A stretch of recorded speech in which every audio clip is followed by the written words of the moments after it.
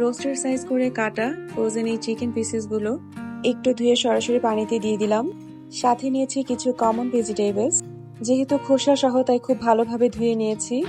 এখানে আছে একটা কাঁচকলা পিস করে কেটে নিয়েছি, একটা সম্পূর্ণ গাজর, অল্প মিষ্টি কুমড়ো আর হচ্ছে দুটো ছোট আলু। এখানে আমি হাফ টি স্পুনেরও কম হলুদের গুঁড়ো ইউজ করব। এটা একটা হাফ টি স্পুনের মেজারমেন্ট স্পুন, তো এটারও আমি হাফ দিলাম, দেখতে পারলেন পরিমাণটা। ওদের খাবারে কোনো রকম মশলা, তেল, পেঁয়াজ, রসুন, আদা কিছু ইউজ করা যায় না, শুধুমাত্র এই হলুদ গুঁড়োটা ছাড়া, তাও পরিমাণে খুবই সামান্য। আমার ক্যাটসরা মুরগির পা খেতে খুব লাইক করে, তাই ওদের জন্য কিছু মুরগির পা অ্যাড করে দিলাম। ব্যাস, আর কিছু লাগবে না। এখন চুলায় দিয়ে রান্না করার পালা। খুব ভালোভাবে সেদ্ধ করতে হবে, উল্টিয়ে পাল্টিয়ে দিতে হবে, যেহেতু আমি ফ্রোজেন চিকেনটাকে এখানে সরাসরি পানিতে দিয়ে দিয়েছি, তাই সিদ্ধর পরিমাণটা একটু বেশি সময় নিয়েই করেছি। প্রায় 45 থেকে 50 মিনিটের মতো সিদ্ধ করেছি। আর মুরগিটা যদি ফ্রোজেন না থাকে তাহলে 25 থেকে 35 মিনিটের মধ্যেই ভালোভাবে সিদ্ধ হয়ে যায়। আর এই যে গাজরটাকেও চেক করে নিচ্ছি, গাজরটাও ভালোভাবে বয়েল হয়েছে। নামানোর আগে আপনারাও একটু চেক করে দেখবেন যে চিকেন আর সবজিগুলো ভালোভাবে সিদ্ধ হয়েছে কিনা।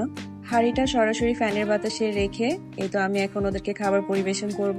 নিয়ে নিচ্ছি সামান্য সলিড পিসের মাংস, একটু মিষ্টি কুমড়ো, একটু কাঁচকলা, খোসা ছাড়িয়ে নেব, খোসাটাকে আমি ফেলে দিব।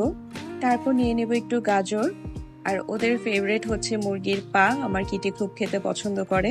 মুরগির পা খুব বেশি করে ভালোভাবে ধুয়ে আমি তারপর সেদ্ধ করতে দেই, আমি নখটাও ফেলি না। আপনাদের বিড়াল পছন্দ না করলে স্কিপ করবেন। এখানে আপনাদের বোঝার সুবিধার্থে আমি একটা বিড়ালের খাবারের পরিমাণ দেখাচ্ছি। যেহেতু চিকেন স্টকটা বেশি করে রেখেছি, আমি স্টকটাও দিয়ে দিলাম প্রায় 3-4 চামচের মতো। মূলত এটা বিড়ালের একটা আইডিয়াল খাবার। সারাদিনে যদি 3 থেকে 4 বার এই খাবারটা খায়, ওরা খুব সহজে অসুস্থ হবে না, রোগ প্রতিরোধ ক্ষমতাটাও ঠিক থাকবে এবং ইনশাআল্লাহ দীর্ঘদিন সুস্থ থাকবে।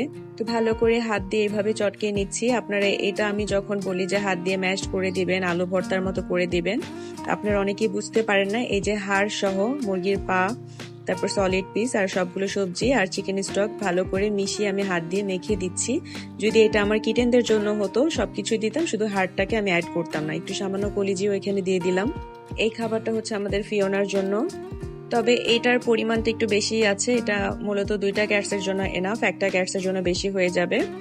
তো কিটিকে আমি সরিয়ে দিলাম, কিটি একবার খেয়েছে। ফিওনাকে আমি এনে খাওয়াচ্ছি। ফিওনা মাশাআল্লাহ খুব মজা করে পুরোটা খাবারই খেয়ে নিল। ওরা ফ্রেশ অ্যান্ড যখন প্রিপেয়ার করে ওই খাবারটা বেশি এনজয় করে।